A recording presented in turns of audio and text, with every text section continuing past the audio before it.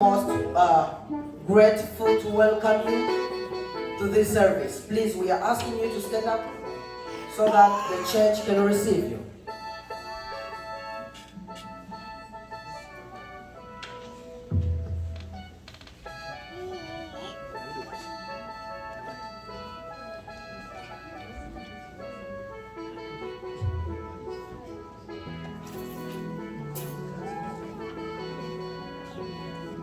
Hakuna mgeni. Hakuna mgeni.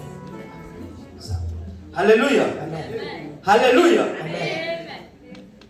Haleluya. Amen.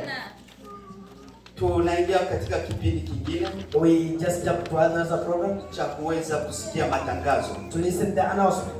Tunaita Pastor Alex kufika na kutoa matangazo kwa ajili ya wababa. We are asking Pastor Alex to welcome and bring the announcement.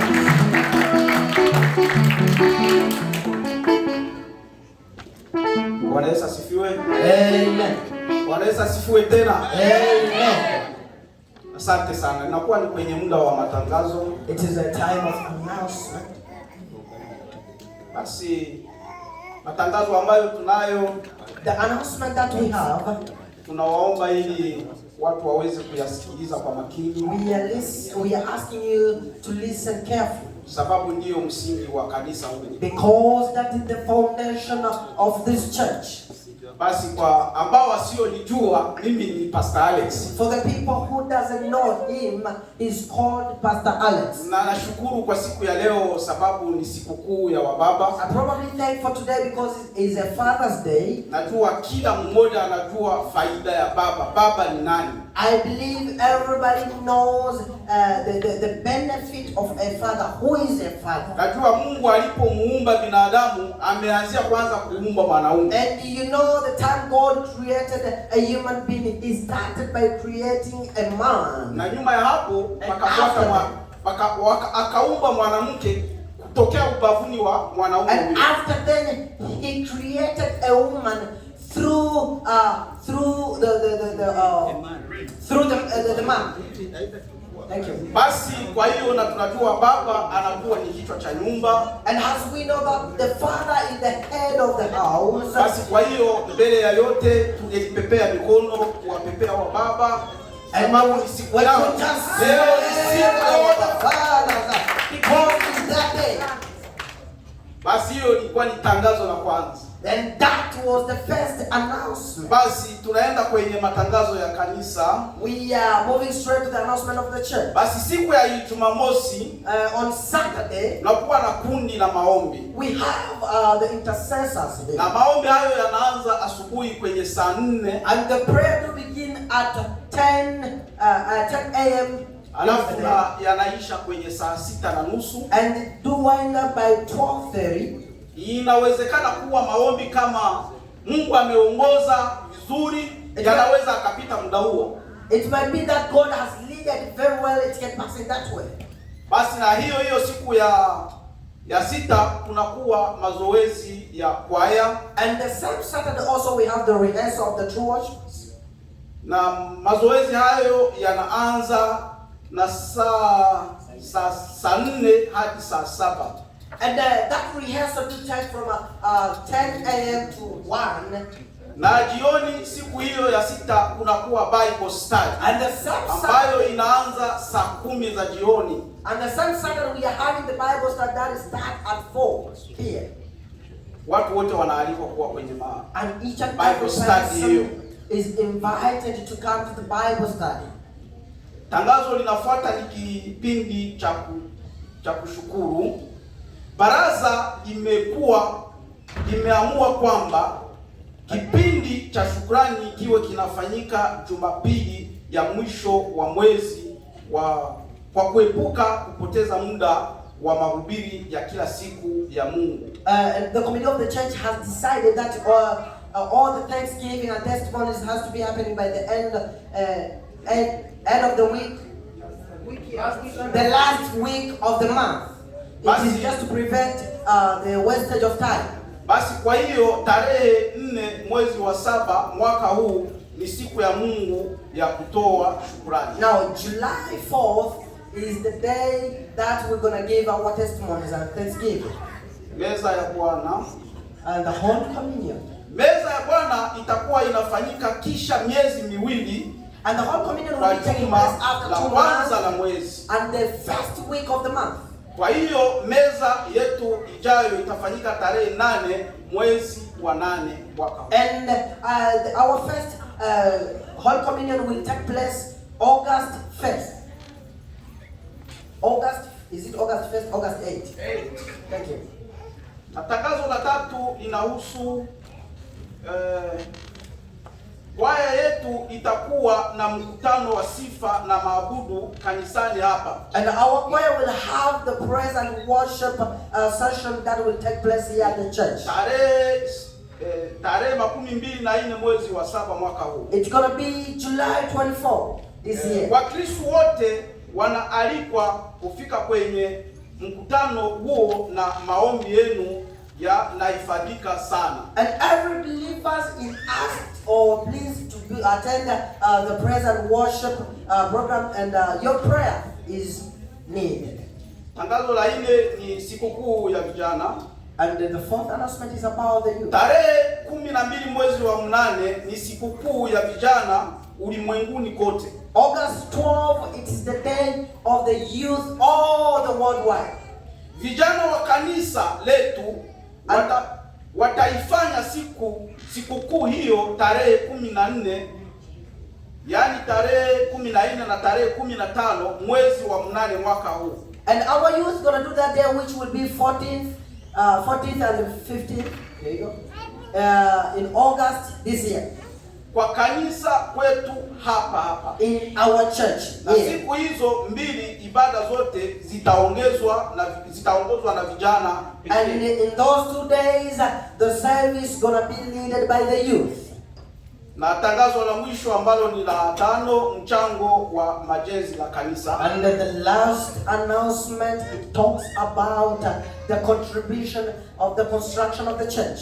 Tunawakumbusha mara tena kama pesa zile za jengo mlioahidi kutoa zinahitajika sana.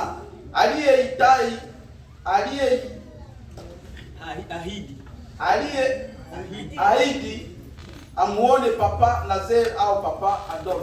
We are trying to just to tell you that all the money that you pledged for the construction, please, it is needed, and everybody who pledged had to see Papa Nazer. Asanteni. Thank you so much. Baba, tunashukuru kwa matangazo mazuri ambayo umeweza kutoa. For the good announcement that you have given to us. May God bless you. Amen. Amen. Tunaomba wababa wote wasimame tena. Now we are asking all the fathers to na watu hapa mbele na kila mtu na wokovu wake. Everybody has to come here with the book of salvation. Twende hapa tunaenda kuimba tena wimbo wa wokovu. We are singing another song of salvation. Wababa wote, all the fathers, ufike hapa, you must tuimbe wimbo wa wokovu, so that we can sing the wokovu song. Wimbo wenyewe utaimbiwa katika lugha ya Kialemani, lakini sisi tutaimba katika lugha ya Kiswahili. Okay. Na kama unajua kile Kialema, tafadhali imba katika ile lugha. Amen. Amen. Msiogope Kialema basi. Tutaimba wimbo katika Kialemani, Kijerumani, halafu ile wimbo kila mtu ile wimbo itaenda sawa sawa na ile inayokuwa katika vitabu vyetu vya wokovu. Amen. Namba 141. Amen. Twende tusimame hapa sote, tusimame mstari kama vile let's stand the line, baba wote tusimame hapa. All the fathers. 141. Hata wamama kule mtaweza kusaidia kwa kutoa masauti, hakuna shida, na msiogopa seme hiyo lugha mbona tuijue, lakini Mungu wetu atatuwezesha. Amen. Amen. Tutafika fasi moja itakatika. Tunasikia itafika wakati moja inakatika, msikate. Mutakata na nyie, lakini tena tutaendelesha baadaye, sasa inaendelea. Twende.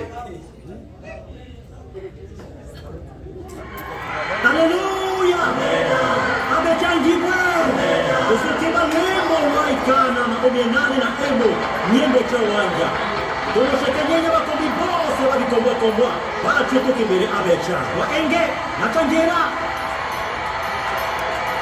Mbenja Changerera Mabendo Baba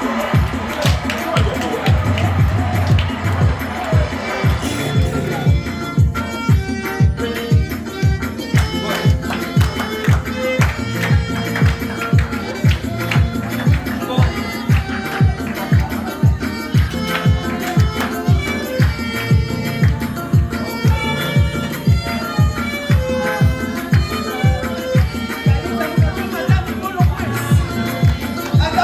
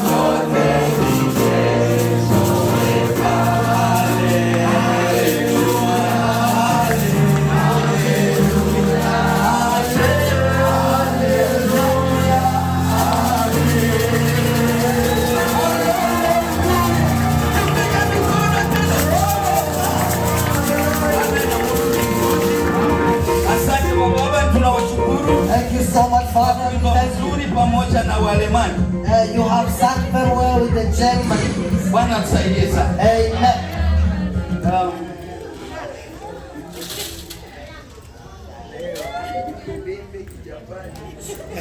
Amen. Muda huu This time tutamsimamisha Pastor Mto afike. we're gonna welcome Pastor Mto to arrive. Atafika angoje Gonna wait a little na ataombea sadaka, na yule mwenye kuhusika ajikaze alete vyombo vya sadaka. Sasa tuanze kutoa sadaka zetu. Please, if you can bring the basket, and we wanna offer our offering.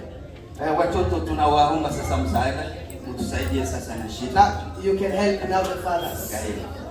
You're welcome. Asante. Ya mchange pamoja msipoteze. The true worshipers that make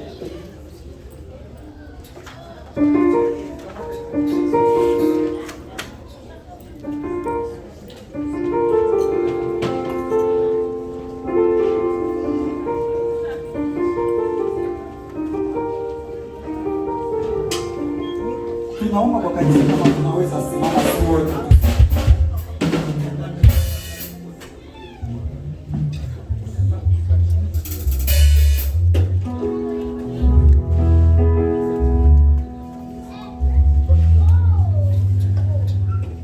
Kanisa tunawachoma tusimame tusimame pamoja.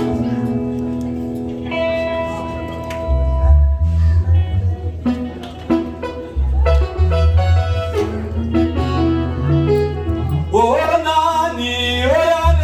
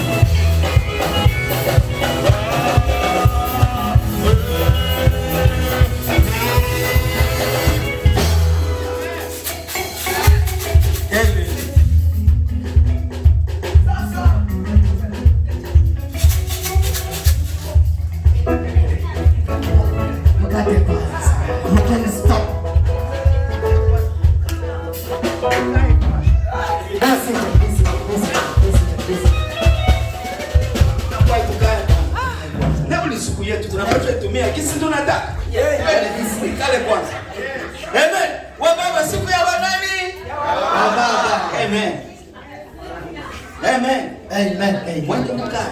Be seated. Be seated. Be seated.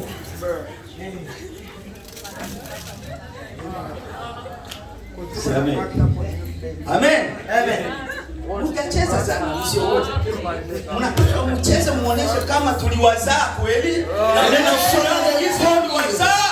Now you have to do. Amen. To show that they have on you. Amen. Amen. Hallelujah. Amen. Muda huu At this moment, tutaenda sikia mapoeme. we are about to listen to poems. Watoto kama mnawaona pale. If you are seeing the young ones there, the children, Wanasema watatusomea poeme.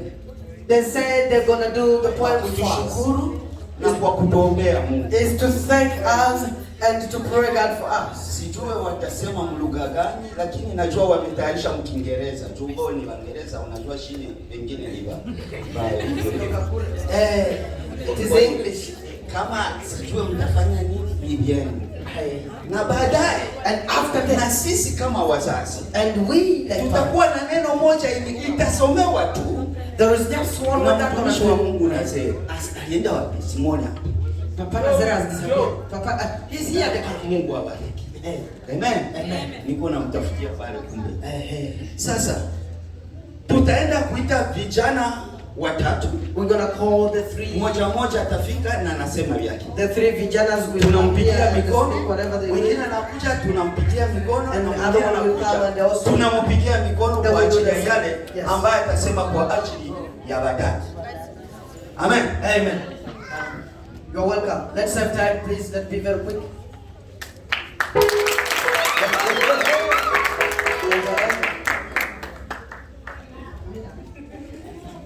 Haleluya. Amen. Tutaenda kusomea baba yetu.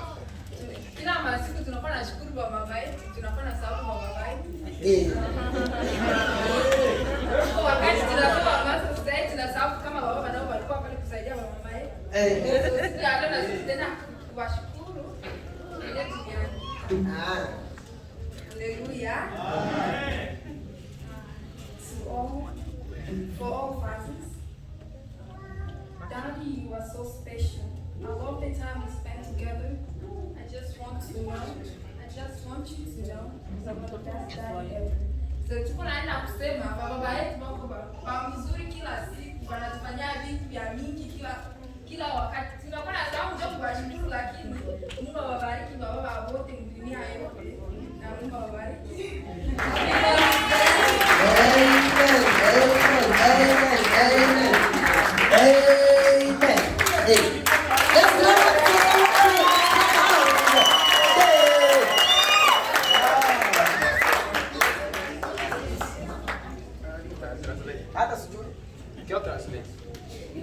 Hallelujah.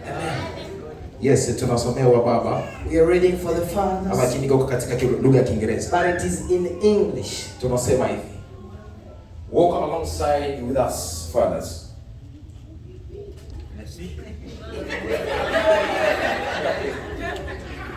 Mimi nasema. Walk alongside with us, fathers. Oh, you have been umetembea pamoja nasi And hold our little hands. na mmeshika mikono yetu We midogo, have so many things to learn na tuna mambo mengi ya that kujifunza, we don't yet understand. lakini hatuelewi kabisa. Teach us things to keep us safe Na mtufundishe mambo ambayo itatuchunga vizuri from dangerous every day. kutoka kwenye matatizo ya kila siku. Show us how to do our best Mtuoneshe jinsi tutakavyotenda vema at home, katika nyumba zetu, kwenye masomo at play. na kwenye michezo. Every child needs a gentle hand Na kila mtoto anahitaji mkono ulio to salama guide them as kwa kuweza kumchunga they grow. kama jinsi wanavyoendelea. So walk alongside with us. Na mtembee pamoja na sisi Fathers, wa baba. we have a long way to go. Tuna safari ndefu ya kwenda. Thank you so much. Happy Father's Day.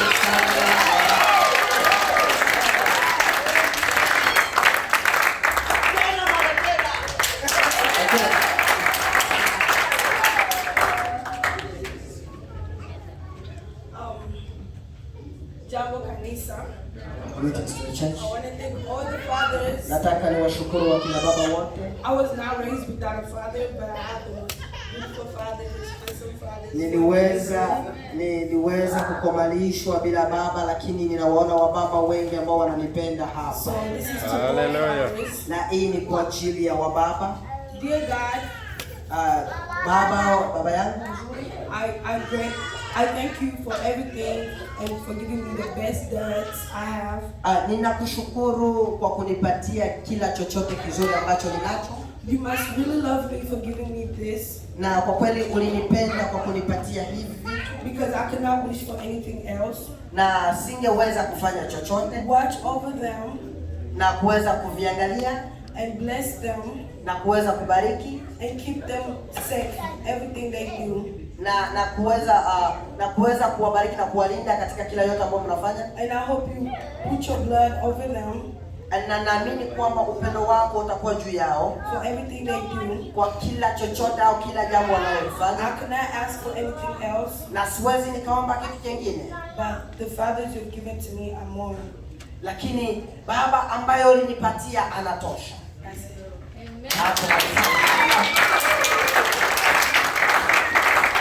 Siyasikia tena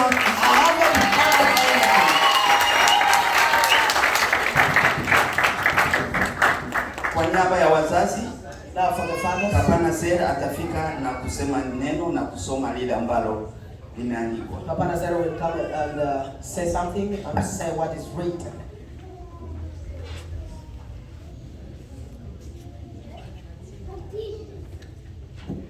Hallelujah. Amen. Bwana Yesu asifiwe. Amen. Ni furaha sana kuona nafika siku hii. It is tunaita siku ya wababa. It is a Father's Day, a good day. Ya ni siku ya wababa, lakini wababa wanakuwaka macho anafunguliwa mchana usiku. And all the fathers' eyes they are open during the day and night. Mimi najua hakukuwake siku ya wababa. I know there is no. Baba anatumika kila wakati, iko macho kwa kufanya kazi. And the father is 24 hours away doing the work. Wanafanya sikukuu. Unajua sikukuu ni kukaa na kufurahi kisha unasahau vitu vyote. You know, to parties, to celebrate is a day that hawezi kufanya hiyo kitu. And the father, they can do nothing. Sijui kama mnaelewana na mimi. I don't know if you can understand. Hii saa tunasema siku ya wababa. You know, we are just talking, it is a Father's Day. Kakitokea tu anasahau kama hii siku iko. But if anything happens, he will forget that this day was a day. Wababa walitayarisha neno ya kuweza kuchangia na mweye. The fathers prepared a word that they wanted to partake. Hiyo neno iko kwa kitabu ya Efeso. And that word is coming from Ephesians. Kitabu ya Efeso. Ephesians. Yes, kitabu 6. Ephesians 6. Naomba tutasoma mstari wa kwanza. And we're going to read from the first verse. Kufuatana na vile neno fupi yenye tupata pale yenye ya maana kwetu. According to the important word that we tutaenda kusoma tuambie ile yenye baba anastahili kufanya. And we're going to read so that we can understand what the father supposed to do. Baba iko kichwa kwanza kwa nyumba. And the father is the head in the house. Na utakutana niliona kuna kidogo tu tulisahau. As I've just seen that there is just a little thing that we forgot. Kichwa ni kusema uongozi wa nyumba. And when we are talking about the head, we are talking about the leading of the house. Lakini kitu chenye iko nacho baba. But what the father has, nataka kusema baba mwenyewe hapa. I want to say to a father who is here. Tunaambiwa upendo kwa wake wetu. We are told to love our wives. Hiyo ndio kitu ya kwanza tungepaswa kujua. And that is the first thing we're supposed to know. Kusema tukipenda wake zetu kwa sababu neno la Mungu linatuambia wake wetu ni wasaidizi. We have to love our wives because the word of God has said that our wives, Usipopenda they are our msaidizi ni helpers. kusema kazi yako itaharibika. If you don't love the helper, which means your work won't be stable or won't go far. Amen. Amen. Ya pili, And secondly, nataka kuongelea kwa watoto. now we want to speak Kwa for sababu children. ndio kitu kubwa chenye kinasumbuana kati ya nyumba. And that is the Na very baba problem we afungue are having in macho the pale. house. Watoto, The children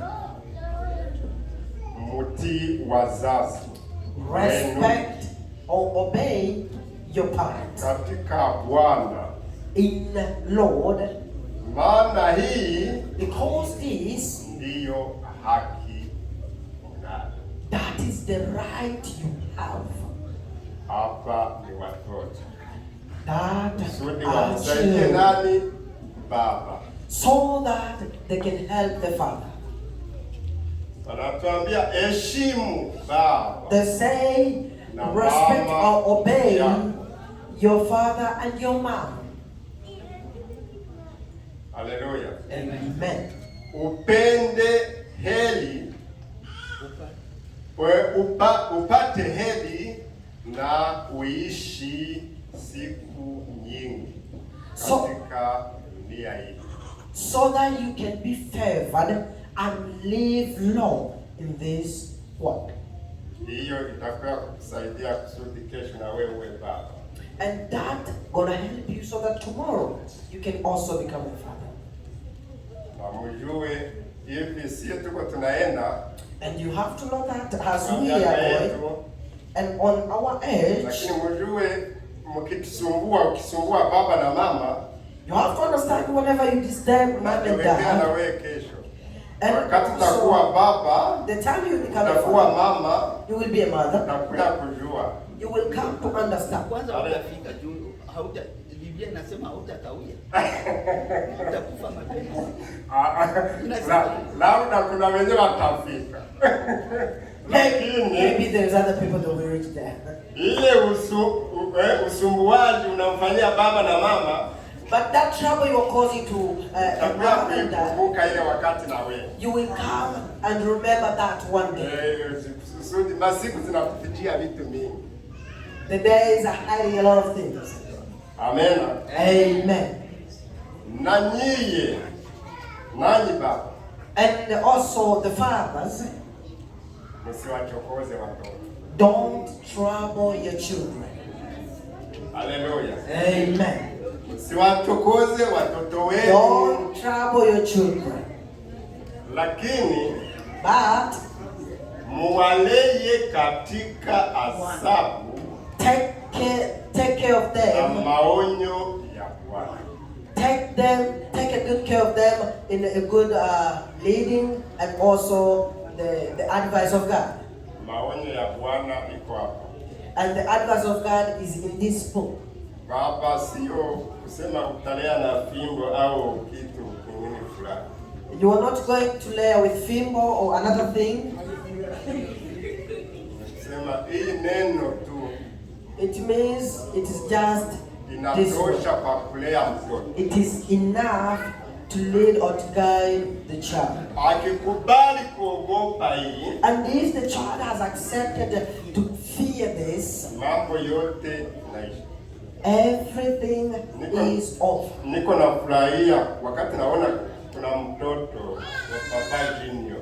Whenever I'm very happy whenever I'm seeing Papa Junior. Wakati tunatoa sadaka, acha niwaambie hivi. Whenever we are giving Kwa sababu offering, yengine let me tell you akikana this. chini hakuna mwenye anafungua macho kwa hiyo. It is something that has just happened, but nobody Iko wapi? saw it. Iko kule nyuma. He is in the back. Nyuma ya mama yake. He's just back there. Wakati tunatoa sadaka naona vile kanakimbia kiko kanakuya mbele ya mama kuya kutoa sadaka. The time we are giving the offering, I saw him coming front to come and offer.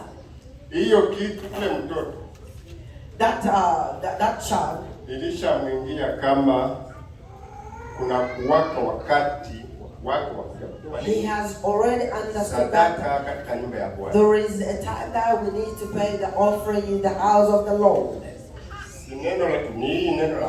It is the word of God.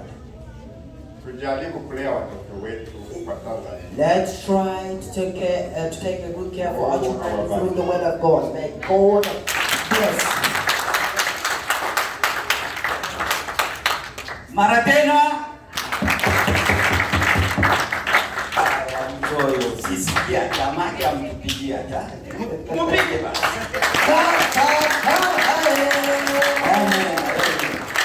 Amen. Tunashukuru wale wote vijana, tunawashukuru all the youth, thank you so much kwa maneno mazuri ambayo mmetupatia, for the wonderful word and point that you have given to us. Mungu awabariki. May God bless you. Kwa baba tunasema pia asante kwa neno nzuri ambayo mmetutolea. Also the fathers, thank you so much for the good and wonderful that you have given to us. May God bless you. Amen. Amen. Tujikaze sasa, tuombe kwanza sadaka. Now kisha turudie tena pale kwetu usimame. Let's pray for the offering so that we can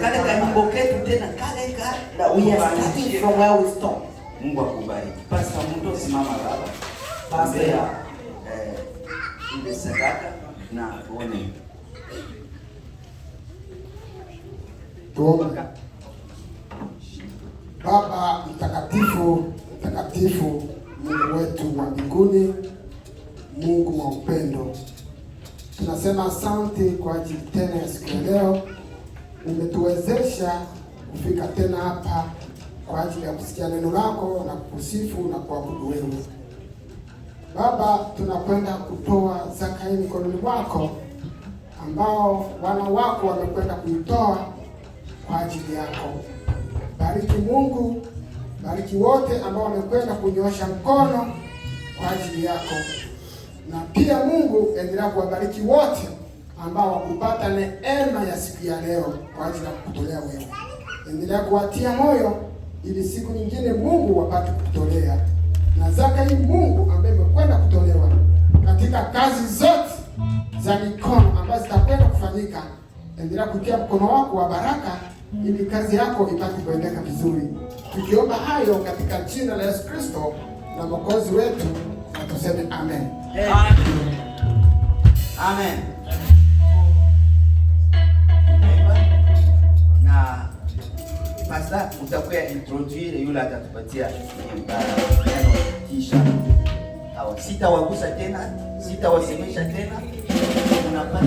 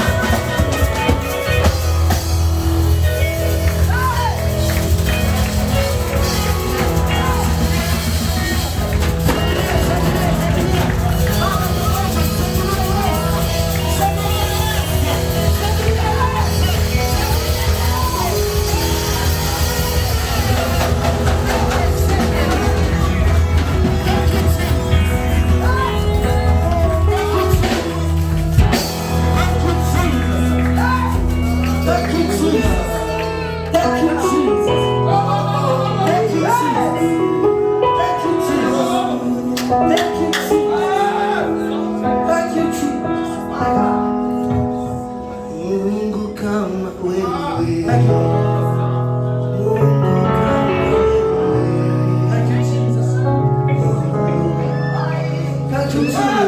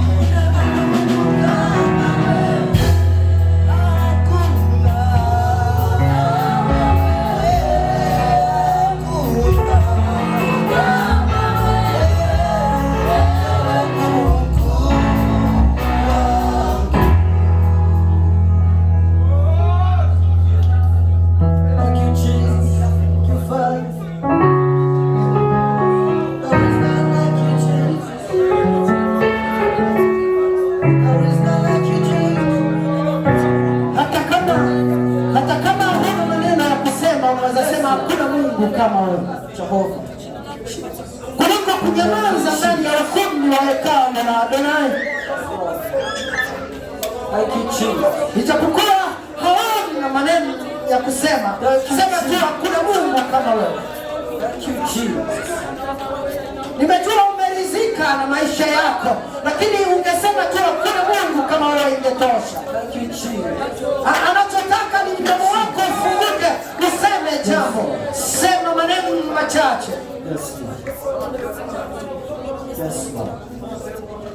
Yes, Lord. Thank you, Lord. Thank you, Jesus. Yes. Sema maneno machache. Sema maneno machache. Hakuna Mungu kama wewe. Mungu wa enzi zote. Mungu unastahili kuinuliwa. Mungu unastahili kupewa sifa na utukufu. Wakati mzuri mbaji kukaa chini. It's a good time for the singers to be seated.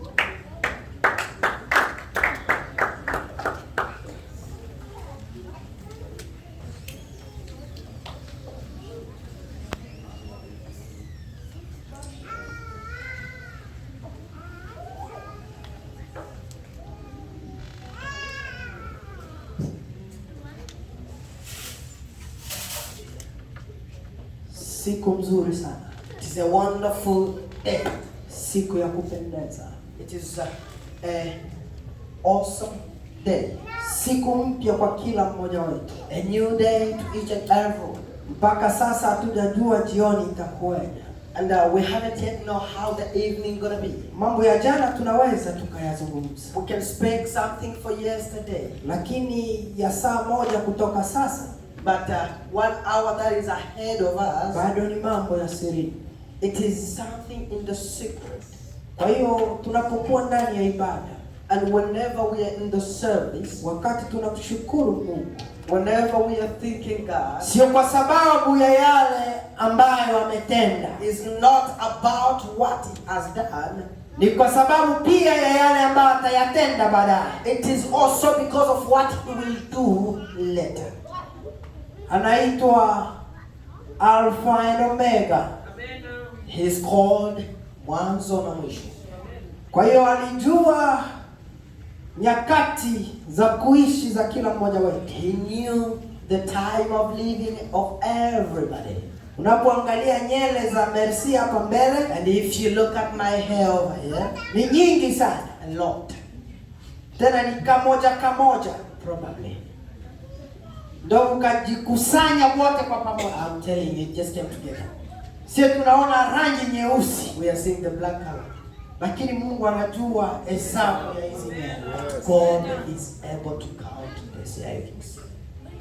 Wakikwambia uanze kuzihesabu, and if they ask you to start counting them, utazeeka hujamaliza. You will get old without finishing counting. Kwa hiyo Biblia inasema maneno mazito. The Bible is speaking the hard word. Ya kwamba anajua hesabu ya nyele zetu. That he knows the number of our hair. Inapenda kuonesha ukubwa wake. He's trying to show you the greatness of God. Tuko pamoja. Are we together? Tukisema tumwabudu kanisa, if we can say let's worship God, sema maneno machache tu. Just speak some little words. Ya kwamba umeniumba vizuri Mungu wangu. That you created me very well. Usikose jambo la kusema. Don't miss something to tell to God. Hallelujah. Amen. Tukisema tuchezee Mungu. If we are talking about dancing to God, wiki iliyopita kulikuwa harusi hapa. Last week there was a wedding here. Ya mjomba wake Mercy. It was my uncle. Niliona wakina Jane vile walipiga dance kule. I saw how Sister Janet they were dancing. Ilikuwa dance ya kukata shoka. It was a dance that were able to break the axe. Sasa nikajiuliza, and I asked, kama harusi ya mjomba wake Mercy watu wanacheza hivi, if my uncle's wedding people they can dance like this, dimashi inakuwaka aje? How is Sunday? Hamujanielewa. You haven't understood me. Mimi nikienda kwa sherehe, Whenever I go to the parties, kuna wakati naanza kukompea na sherehe za Mungu. I start comparing with the parties of God. Kama dansi ya namna hii inachezewa juu mwanadamu ameoa mwanadamu. And if this kind of dance can be danced because a human being has married to a human being. Tukisema tuchezee Mungu sasa, and whenever we say let's dance for God, ambaye ameumba wanadamu wote, that has created all the human beings, kunakuwa mipaka na mavirikio. You know, there is question mark and bracket. Love that. It's because maybe we don't see. Ukambi mtu akipata diploma, if somebody has a diploma, kule Kongo mtu akipata doctorate, if somebody has a degree or masters there, watu wanajipaka bunga mkichwa. People, they will shower you with bunga. Familia yote inapiga vigeregere. And all the family gonna celebrate. Kwa sababu kuna mtu amehitimu shule ndani ya familia. It is because somebody has graduated. Vile vigeregere viko wapi mkanisa? Where are those vigeregere? Tupande mpaka kiwango cha juu. We need to go to a higher level. Kwa sababu mke wa kanza akizaa, because if the wife of Kanza can give birth, kama tuna uwezo wa kupiga vigeregere, and if we are able to do the vigeregere, source, the source, account, the account,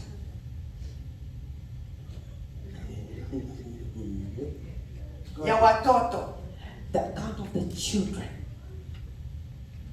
Mwenye anajua kunabakia watoto wangapi wazaliwe na dunia iishe ni Mungu.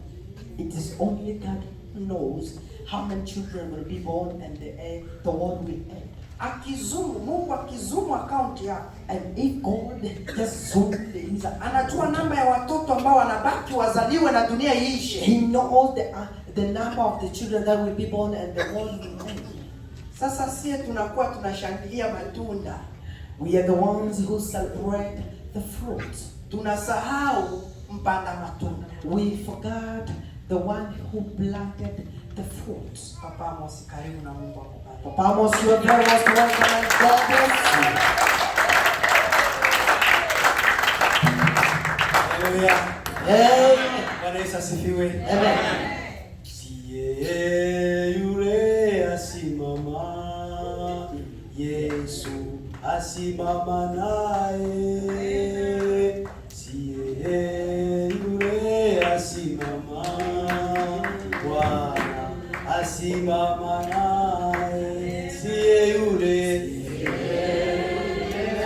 asimama, Yesu asimama naye. Siye yule asimama, Yesu asimama naye. Hallelujah! Hallelujah! Mnayemuona hapa ni Papa Amos. And the one you are seeing here is Papa Amos, ambaye alibarikiwa na mke mmoja who have been blessed with one na watoto wa sita. And 6 children. Bwana Yesu asifiwe. Amen. Wababa jambo. Jambo. Wababa jambo. Jambo. Leo ni siku yenu kabisa. Yes. Today is your day. Nina furaha kubwa kwa sababu ni mara yangu ya kwanza kusimama hapa. I'm so excited because today is my first time to stand over here. Nitamshukuru kwa sababu ni mara yangu ya kwanza kwenda kulihubiri neno la Bwana katika Swahili. And I'm gonna thank God because it's my first time to preach the word of God in Swahili. Tangu Afrika nilikuwa nikihubiri ndani ya katika lugha ya Kinyarwanda Kinyarwisha. And in Africa I've been preaching in Kinyarwanda and that one also. Na hapa ninaenda kuzungumza katika Swahili. And right here I'm going to speak in Swahili. Nilipolihubiri neno la Bwana katika Pennsylvania. At the time I was preaching in Pennsylvania. Niliwahi kujaribu kulihubiri neno katika Swahili. I tried to preach in Swahili. Na mtafsiri wangu akasema hapana, mimi nitatafsiri katika Swahili, wewe utahubiri katika Kinyarwanda. And my translator said I'm going to translate in Swahili and you're going to preach in English. Sasa siku ya leo nitahubiri katika Kiswahili. Today you are preaching in Swahili. Amen. Asifiwe. Msomaji atusomee katika kitabu cha Mwanzo. The reader will read in Genesis Kitabu cha Mwanzo sura 2. Genesis 2. Asante.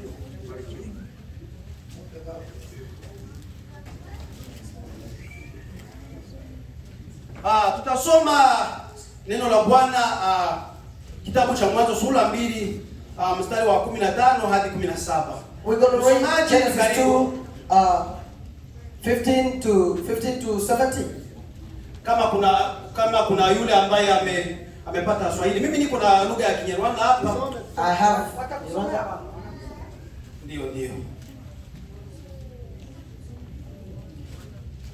Mwanzo sura 2. Tusome kitabu cha Mwanzo sura 2 mstari wa 15 kwanza hapo mpaka 17. Bwana Mungu akamtoa huyo mtu. Akamweka katika bustani ya Edeni.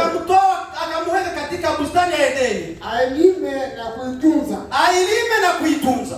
Bwana Mungu akamwagiza huyo mtu. Akisema. Matunda ya kila mti wa bustani waweza kuikula. 17 nasema. Barikiwe. Walakini matunda ya mti wa ujuzi wa mema na mabaya usile. Kwa maana siku utapokula matunda ya mti huyo utakufa hakika. Haleluya. Haleluya kanisa. Amen. Neno la siku ya leo yani teme inasema hivi. The theme of today says matokeo ya agizo. The outcome of agizo pastor. Je, matokeo ya agizo ni matokeo mabaya wala ni mazuri? Is it good outcome or bad outcome? Wewe kwenye unakaa jiulize na mimi nijiulize. Matokeo ya agizo ni mazuri wala ni mabaya? Just ask yourself wherever you are sitting, you are saying that if the outcome of the Hallelujah kanisa. Hallelujah kanisa. Amen. Kulikuwa nchi moja. There was a certain country. Hiyo nchi ikapatikana ikakuwa kama njaa, wakakuwa na njaa watu wale. And that country was it had hunger. Wakaanza kutawanyika. And people they start vanishing. Wakaanza kutoka kwenye nchi hiyo. And people they start leaving that country. Walipotoka kwenye nchi hiyo. And the time people they left that country. Ukakuwa kama baba mmoja hapa Amos. Then there was some person like me. Akaondoka na familia yake wakaenda. And he left with his family and they wakaenda wakakimbia. They ran wakakimbia wakaenda. They were running in the sababu nchi hiyo. Because watu walikuwa wakikufa. The people that were dying. Kwa sababu ya njaa. Because of hunger. Jua ilitokea jua ilitokea ndani ya nchi hiyo. And the sun watu wakaanza kuangamia. And people they start perishing. Sasa bwana huyo akakimbia. And this man na familia yake with his family. Habari zenu. Tuko pamoja? Yes.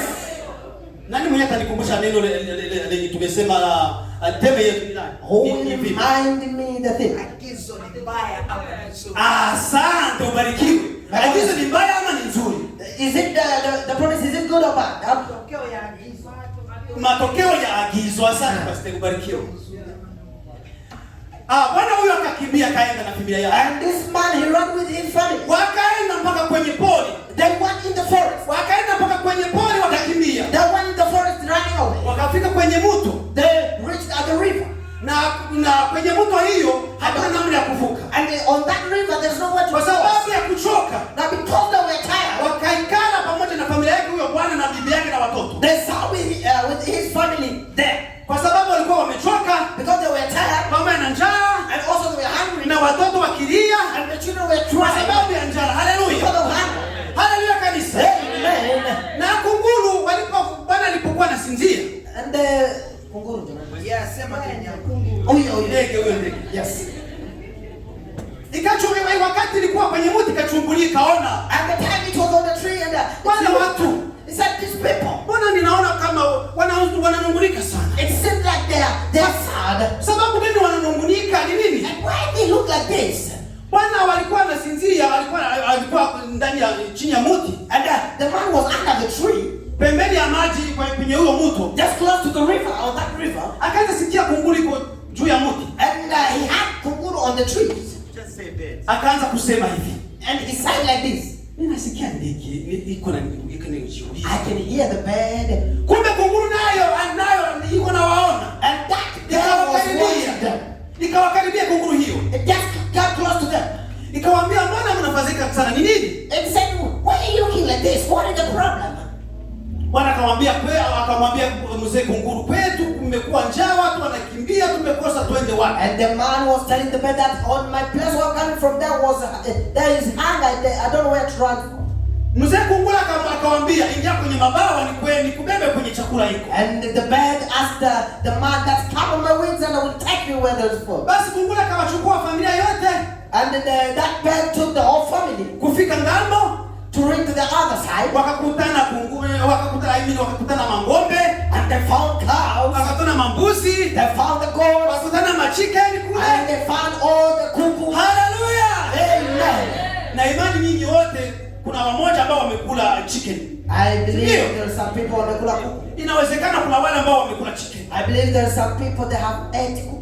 Na sisi tumetoka huko Afrika tukifadhaika sana. And we came from Africa. Na leo hii tunakaa hapa Marekani. And right here in America. Basi twende na hadithi. Now let's continue with the story. Kunguru akamwambia, and that bird said, vitu hivi vyote navikupa. All the things I'm giving it to you. Lakini but kwenye mto hii ambao unaiona hapa, and on this tree that you are seeing over here, kila siku asubuhi, every morning, ukwenda niletea kichwa ya kuku. You have to bring me the head of a chicken. Saa 12 za asubuhi ukwenda niletea kichwa tu ya kuku. And that's going to be 6 in the morning. Bring me the head of the chicken. Basi bwana na bibi yake na familia wake wakafurahi sana. And the husband and the family, they were so much excited. Wakapona njaa. And the hunger was disappeared. Na sisi wa Afrika tuko hapa Marekani tumepona njaa. And we as Africans, we are here in America. The hunger is gone. Tunakula chicken. We are eating kuku. Tunafurahi. And we are happy. Tuna smartphone. And we have the iPhones. Tunakula tunakunywa. And we are doing. Hallelujah. Amen. Hallelujah. Amen. Hallelujah. Amen. Bwana huyo. And this man, kila siku akakuwa analeta kichwa ya kuku. And every day he was bringing the head of kuku. Siku moja mke wake akamwambia.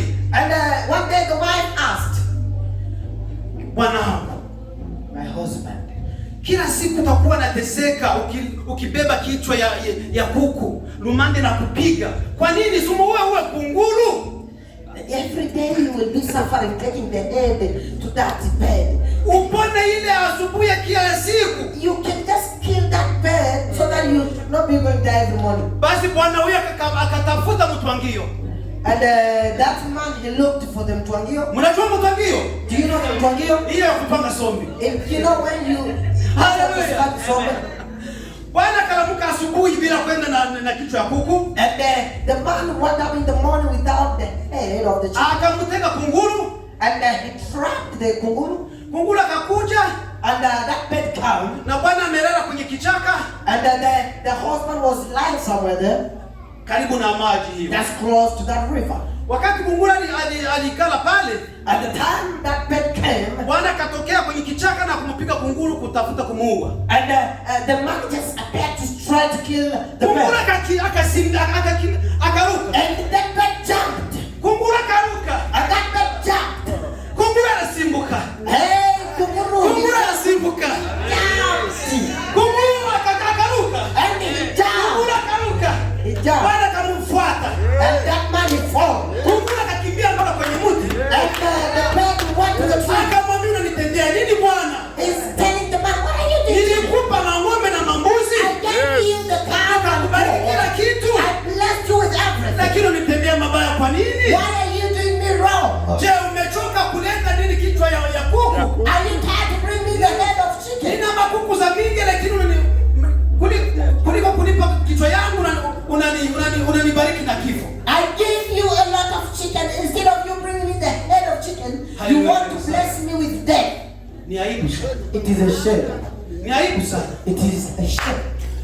Kunguru huyo akakimbia kaenda. And that bird went away. Baada ya miezi 2, after 2 months, kunguru hakufurahishwa na yale ambayo Bwana alitenda. The bird was not pleased with the work. Akawaalika waskari. And he called the soldiers. Waskari wake wote wakakuja. And all his soldiers came. Wakakimbia. They were round. Wakakimbia. I'm telling you they were round. Wakakimbia. I'm telling you they were round. Wakakimbia mpaka kule kwenye mwana iko. Until they reached where there is that man. Wakawambia saa 8 za usiku wakamwambia fungula mlango. Then it was 2 a.m. they said. Bwana akasema hawa ni wanani? nani ambao And the wananifungulia? man was like, who is these people that are knocking at my door? Ninamsikia sauti ya kunguru bwana. I can hear the voice of that bird. Kunguru akamwambia fungura, nimekuja. And that bird said, open the door, I've come. Pale majeshi wakashika huyo bwana na familia yake wakawabeba. And at the same point, the soldiers, they cut the family and the husband, they took them. Wakawarudisha hapo kwenye kunguru amewatoa. And they took them back where the bird took them. Na kama bwana alikufa, kama aliendelea wapi mimi sijui, hadithi inaishia hapa. Inaishia hapa. Haleluya. Amen. Haleluya. Amen. Matokeo mabaya. That was the bad outcome. Matokeo mabaya ya agizo. That was a bad outcome of the promise. Haleluya kanisa. Amen. Msomaji arudie hapo kwenye Mwanzo shahidi 2. The reader please read Genesis 2:15 to 17. Tunarudia tena Mwanzo sura ya 2 mstari wa 15 Ndio. mwisho 17.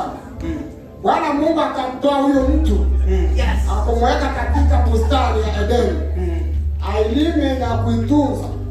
Bwana Mungu akamwagiza huyo mtu, akisema, matunda ya kila mti wa bustani waweza kula. Matunda ya kila bustani waweza kula, unakubaliwa. Walakini matunda ya mti wa ujuzi wa mema na mabaya usile. Matunda ya ujuzi wa mema na mabaya usile. Haleluya. Kwa maana siku utakapokula matunda ya mti huyo utakufa hakika. Haleluya. Amen. Inawezekana bwana huyo aliweza kufa. Haleluya.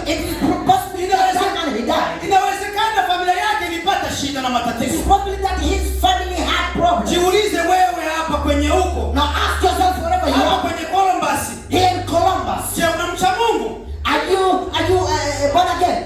Maagizo ya Bwana Mungu unayafuata? Are you following what God has commanded you to do? Habari zenu? Napenda msilale wa jamii. Don't sleep, oh. Msilale jamii. Don't sleep. La mkenda na mtumikie Mungu. Just take up and work for God. Shikamana agizo ya Bwana. Shikamana agizo ya Bwana. Just stick on the promise of God. Matokeo ya agizo. The outcome of the promise. Haleluya kanisa. Amen.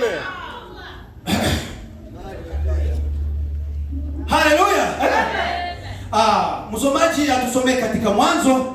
The readers just reading Genesis 3:14. 3:14.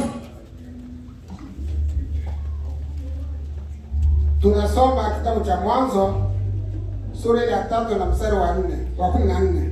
Ubarikiwe. Bwana Mungu akamwambia nyoka. Bwana Mungu akamwambia nyoka, kwa sababu umeyafanya hayo, umelaaniwa wewe kuliko wanyama wote. Unaaniwa kuliko wanyama wote. Na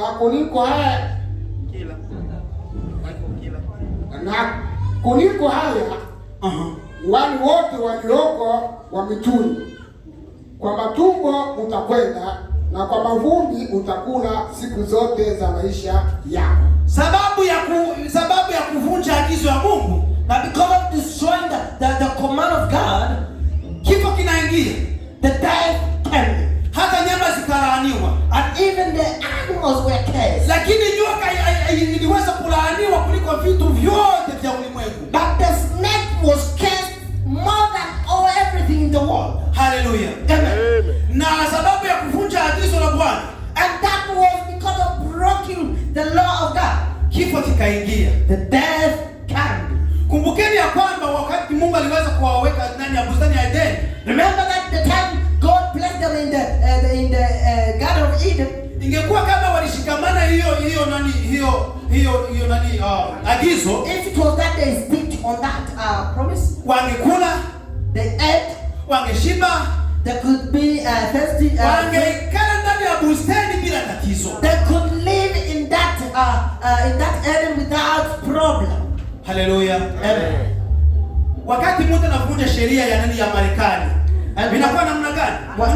Whenever it is law, anaadhibiwa vikali. You're gonna be punished. Kuadhibiwa vikali. Do you want to be punished? Kuadhibiwa vikali. Do you want to be punished? Hallelujah. Amen. Hallelujah. Amen. Unataka kuadhibiwa vikali? Do you want to be punished severely? Jiulize pale kwenye unakaa. You need to ask yourself. Unataka kuadhibiwa vikali? Do you want to be punished severely? Matokeo ya agizo baba. That is the outcome of the promise. Hallelujah.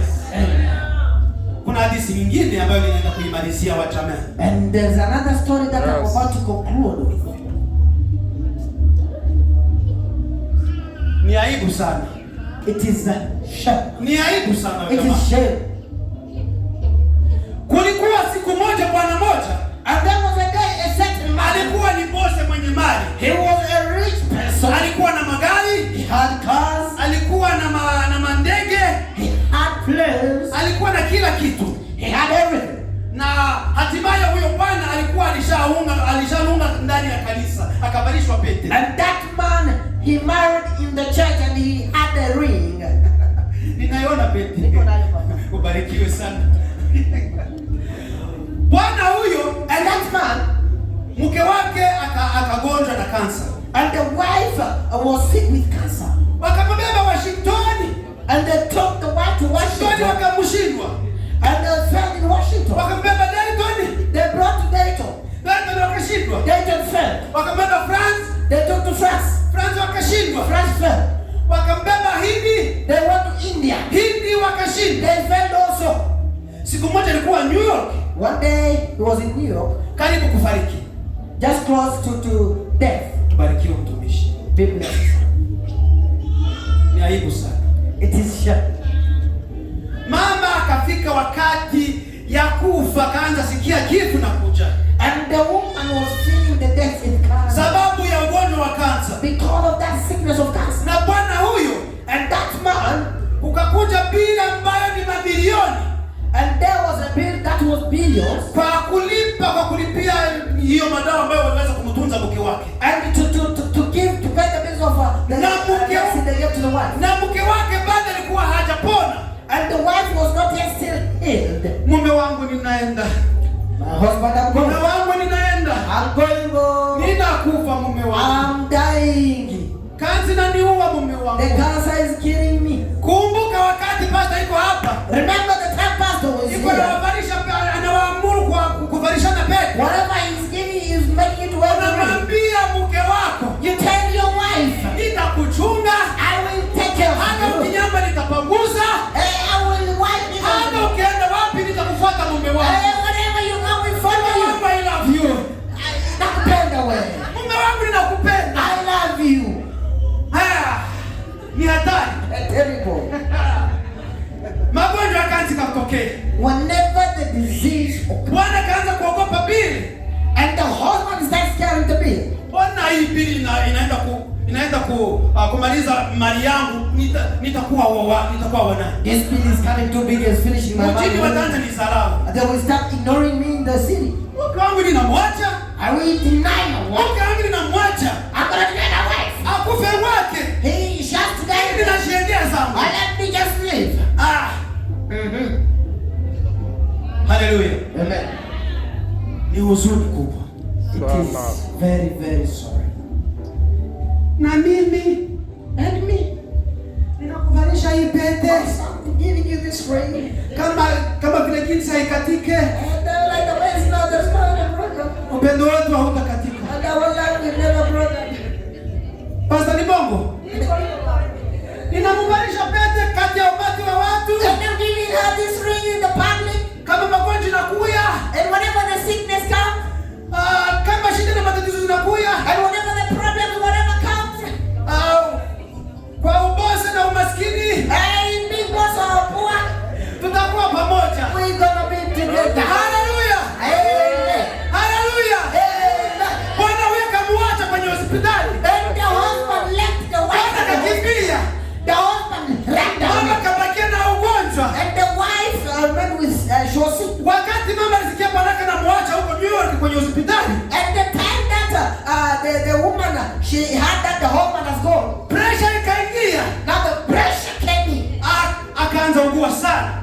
And that is how the disease developed more. Hallelujah. Amen. Wa Bwana hallelujah. Wa Baba hallelujah. Amen. Ni hatari. I'm telling you. Wakati huyo bwana akaenda zake. And the time the husband left. Kuna mwombaji ambaye anakaa huko Hindi mumama. There is a second warrior of prayer that stays in India. Waombaji kwetu kwa Afrika kwenye kambi, the intercessors that we have in the camp, sana sana wamama ambao wanapata maono, mostly the women who do see the vision, tunawaita wajakazi. we call them wajakazi. Mama huyu alikuwa mganga, and this lady, she was a doctor. Akafika pale kwenye hospitali akamkuta mama mgonjwa ambaye anagonjwa pressure na cancer. And she just looked at the hospital and she found the lady who is suffering with cancer. Na mama huyo alikuwa boss sana, alikuwa mwenye mali. And that lady also, she had money. She was a boss. Akamwambia mama, usijali, nina dawa. She said, I have the medicine. Nitakutunza. I'm gonna give you the medicine. And nimesikia kwamba bwana wako alishaka kuacha. I heard that your husband has left you. Lakini maisha yako usijali, nitakuombea. Don't worry about your life, I'm gonna pray. Mungu anakupenda. God loves you. Wamama, habari zenu? Mnasikia? Msisinzie jamani. Mnasikia? Okay, asante. Mbarikiwe. Mama huyu mjakazi akaanza kumwombea mama huyo mgonjwa. And the mjakazi started praying for that lady who was sick. Akamtunza. And she healed her. Na kinachofurahisha mama huyo akapona kansa. And the good thing, that lady, she was free of cancer. Akapona pressure. And she was free of pressure. Anaungana kumshukuru Mungu.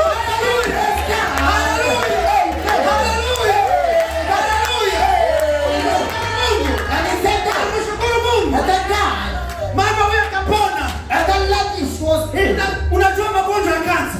Do you know the disease of cancer? Ni makali sana. There's cancer. Kansa, magonjwa ya kansa ni makali sana. The cancer is terrible. Hallelujah. Amen. Mama na huyo mganga, huyo mama mjakazi, and the mjakazi with that lady, akamwambia kwa sababu unapona nitakusindikiza hadi kwako. And she said, now because you are feeling okay, I'm gonna take you to your place. Tunataka kukamata smartphone tukia GPS. Now we are going to take the smartphone and put the GPS. Hata zisikuwe siku 2-3. No matter what, it's 2 days to 3 days. Nitakusindikiza hadi kwako. I'm gonna escort you to your place. Mungu wanaenda. Mungu wanaenda Njowale. Njowale kwenye Columbus. Njowale kwenye Columbus. Na bwana wewe alikuwa amenunua nyumba. And the husband, he bought a house. Ambayo ilikuwa na etage. That it had the floor. Wakati bwana alisikia hodi napiga. And at the time the husband had the akaanza chungulia kwenye vilauni. He started peeping on the akaanza kuona chaoni wa nani. He was asking why those people. Macho mwingine akakutana ni mke wake na alikuwa anategemea kwamba mke wake saa zingine hatakufa. And probably he just saw the wife coming back. Hallelujah. Upendo gani unampenda mume wako? Upendo gani unampenda mke wako? What kind of love are you loving your wife or you loving your husband? Hallelujah. Amen.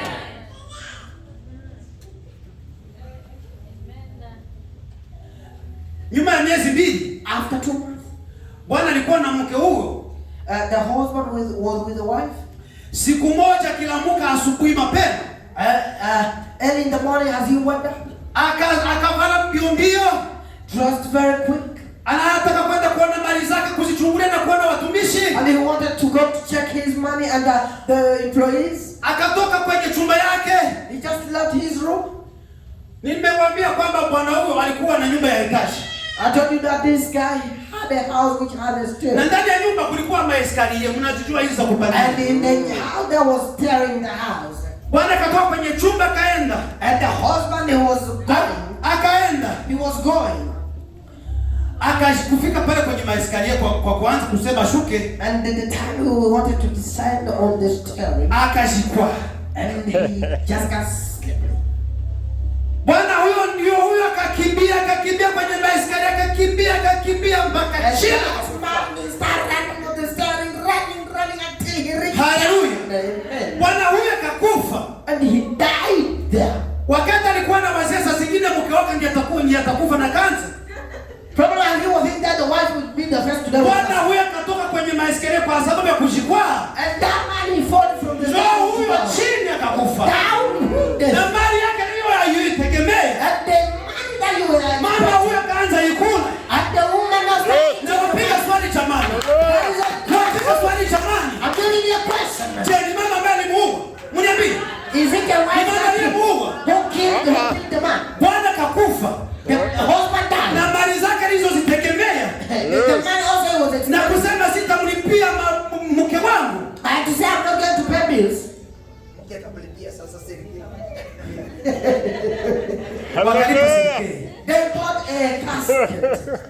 Haleluya. Yes. Haleluya kanisa. Amen. Sema amen. Amen. Sema amen tuendelee. Wamama haleluya. Wababa haleluya. Amen. Teme yetu ya siku ya leo inasema namna gani? Mlikumbushe kutamani. Remind me Matokeo ya agizo. the outcome of the promise. Ni mazuri ama ni mabaya? Is it good or bad? Lakini kumbukeni ya kwamba ulipomvalisha pete, But remember the time you gave the other ring. unamwambia wakati utanyamba nitapangusa. And the time you nyama uipanguza you. Wakati utagonjwa nitakugonjesha mume wangu. And whenever you are sick, I'm gonna be with you. Kumbuka kama hiyo nayo ni agizo. Haleluya. Understand that is also a Kumbukeni ya promise. kwamba hiyo nayo ni agizo. It is also a promise. Kwa vijana, A youth. kumbuka ya kwamba wakati utaolewa ama utaoa, At the time you'll be married or married, kutakuwa agizo there's gonna be a ya promise kusema mke wangu, to say my ya wife, kusema mume wangu, to say my husband. nitakujali kwa kila kitu. I will take care of you. Lakini siku za leo mnazivuta But agizo. today you are Haleluya. destroying them. Habari zenu. Amen. Mubarikiwe sana. Thank you so much. Lakini kumbukeni ya kwamba But remember, kuna matokeo mazuri. there is also good Na wale waliotoa na wale walioshikamana matokeo mazuri. and those people who think about the good outcome of the promise. Zile maagizo kuzishikamana, They stick on the promise. watakula matunda. They will eat fruit. Sema haleluya. Piga makofi. Piga makofi tuendelee. Habari zenu. Habari zenu. Habari zenu. Haleluya. Haleluya. Amen. Haleluya kanisa. Amen. Tunamaliza. We are finished. Tunakwenda kutafuta hiyo matokeo mazuri, yani ule ambaye atashikamana agizo ya Mungu. Yes. Na kitu ambaye atapewa ni nini? Yes. What he will. Haleluya. Yes. Soma Malaki 4:2. You read Tunamaliza jamani, tunamaliza. Msitoke. 4:2. Malachi 4:2. Malaki 4:2. Malachi 4 verse 2. Msomaji ni karibu kama umepata. Malaki 4.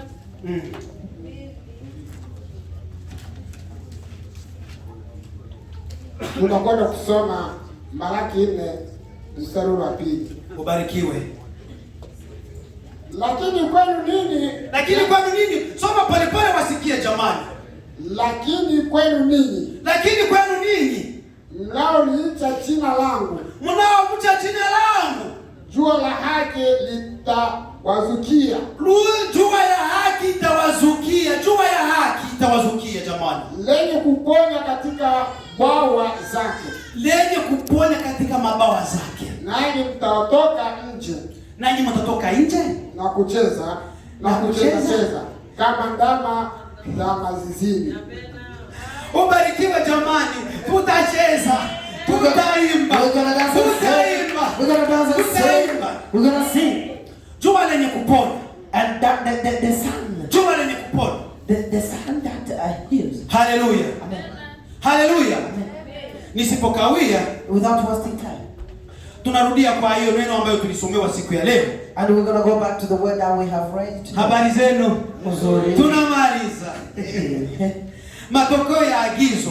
The outcome of the promise. Tuliona kama matokeo ya agizo kunaweza kulitoka dhambi, We have seen that on the outcome of the promise there was evil, kuvunja sheria, destroying of the rules, na matokeo ya agizo kuna kutokea kifo, and there is also to receive death, na kuheshimu agizo, and also to respect the promise. Jua la haki litatuzukia. And the sun will shine. Haleluya! Jua la haki litakuzukia. And the sun will shine for Tuuliza hapo you. kwenye huko. Just ask you who is for Tusimame. Let's stand up. Tusimame jamani. Let's stand up. We have finished. Tunamsihi pastor wetu kutuombea kwa sababu ya neno ambayo tuliweza kulisikia siku ya leo. Karibu. For the word that we have prayed for. Thank you so much.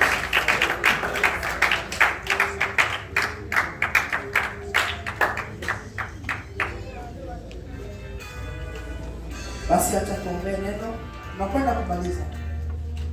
Tumebarikiwa vya kutosha, na kama kuna mtu yoyote ambaye alikuwa anaanza kuporomoka katika ahadi zake, maybe if there is somebody who was now depressing and going down in his stuff, tungependa kuomba pamoja naye. We wanted to pray with him.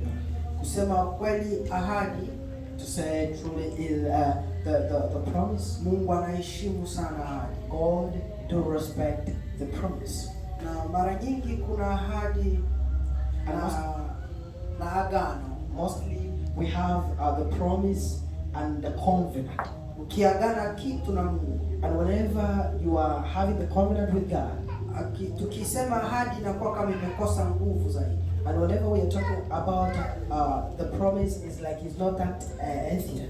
Katika ndoa tunafanya covenant, yani agano. And in the marriage we do the covenant.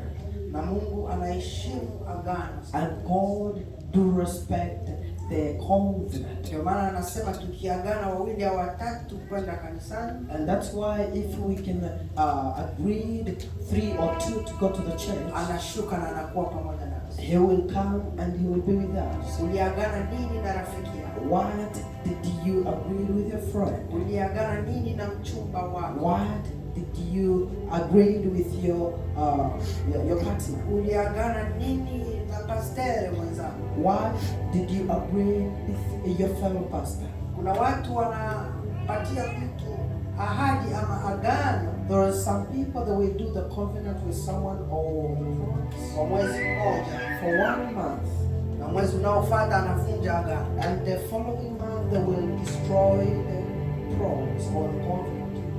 Kiwa mtu unayevunja agano, and if you are a person who do destroy the covenant, Mungu hata kuamini. God will never believe you. Anaitwa kwa lugha ya Kiingereza, he is called in English the covenant keeper.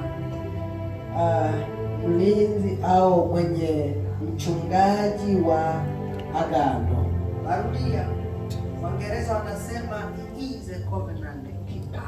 Waingereza wanasema kwamba yeye ni mchungaji wa agano. Kwa hiyo ukiagana na Mungu, and whenever you do the covenant with God, yana keep, yani anachunga hiyo, and he gonna keep that covenant. Agano yoyote unayosema, all the covenant you do say, ikiwemo pesa za majengo, also the money for contribution, ikiwemo pesa za majengo, even also the contribution money. Kama vijana mlisema mtatoa kila mtu 500, and if the you said that everybody will pay 500, he is a covenant keeper. Yeye ni mchungaji wa agano. Wa mama, zikiwemo pesa za majengo, including the construction money, chochote ulichomwaidia Mungu, everything you promised God, ni muda mzuri wa kuanza kulipa madeni yote. It is a good moment to start paying all the debts. Tunapenda kuomba na mtu. Let's pray with somebody ambaye umepungukiwa mahali that he need. Ni katika maisha, unaweza kuwa asubuhi ilikuwa vizuri, mchana unapungukiwa, jioni mnajaa tena. It might be that in the morning you were okay, during the day lakini tungependa kuomba na wewe mahali ulipo. But we want to pray with you wherever you are. Kuna ahadi ambazo umezitoa. There is some kind of covenant and promises that neno la Mungu likikuja namna hii ndani ya kanisa, the word of God has come like this in the church, lina shabana, lina macho, limeona a purpose, and it has eye. Kuna shida fulani katika ahadi ndani ya kanisa hili. There is a problem, there is a certain problem in through the covenant or agree in this church. Mungu sio mjinga na hajawahi kuwa mjinga. And our God is not foolish, and they will never narudia kusema, I'm repeating to say, kuna mahali kuna shida katika ahadi ndani ya kanisa. There is a place that there is problem about the covenant. Ndio maana Mungu ameleta hili neno, and that's why God has brought this message. Tena narudia kusema, I'm repeating to say, unaweza kuwa hujaelewa neno la Mungu, you might be that you haven't understood, lakini Mungu ametupenda sana kanisa. God has loved. Ndio maana kila wakati tukikosea jambo, that's why whenever we wrong something, anakuja kutuonya haraka. He comes to warn us very quickly. Hatukuongea na ndugu Amos. We did not speak with Brother Amos. Lakini najua committee jana mmegusa jambo kama hili. And I believe yesterday the committee you kajiuliza nini kinaendelea. And we asked what is going on. Watu wanapana ahadi na wanashindwa kuzitimiza. That the people they are giving promises but they are not fulfilling the promises. Kama nimedanganya mseme unadanganya kwa madhabahu. And if I'm lying, just say you are lying. Neno la Mungu limeshuka leo. The word of God has descended today. Kwa ahadi lile to the same promise. Ya kwamba matokeo ya ahadi. That the outcome of the promise. Je, ni mazuri kwako? Is it good for you? Au ni mabaya? Or it is bad? Waliokataa kutimiza ahadi, the people who failed, wamepata shida. They have problems. Na wale waliotimiza ahadi zao, and the people who did the neno la Mungu limesema, the word of God says, watapata jua. They will have the sun. Na ukisikia jua ni afya. And if you hear about the sun, ukisikia jua ndani ya Biblia, if you hear the sun in the Bible, ni afya. It is the health. Na watacheza cheza and they will dance kama vile ndama. Hapiga makofi Yesu. Hapiga makofi Adonai. Hapiga makofi Shama. Hapiga makofi Elohim. Hapiga makofi Shaddai. Anaitwa mwanzo na mwisho. Yeye ndio majibu yetu. Tukipanda kwenye mlima, tukishuka mabondeni, tukiwa ndani ya giza, tukiwa nyuma ya ukuta, hata tukishuka chini ya kitanda, jicho lake linatuona. Apiga makofi Baba.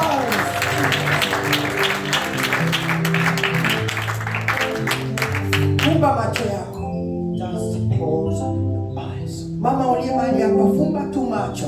The mother who are here, just close your eyes. Vinanda vitulie. The music we. Hata ukiwa kwenye kinanda, fumba macho yako. Tuweke akili pamoja.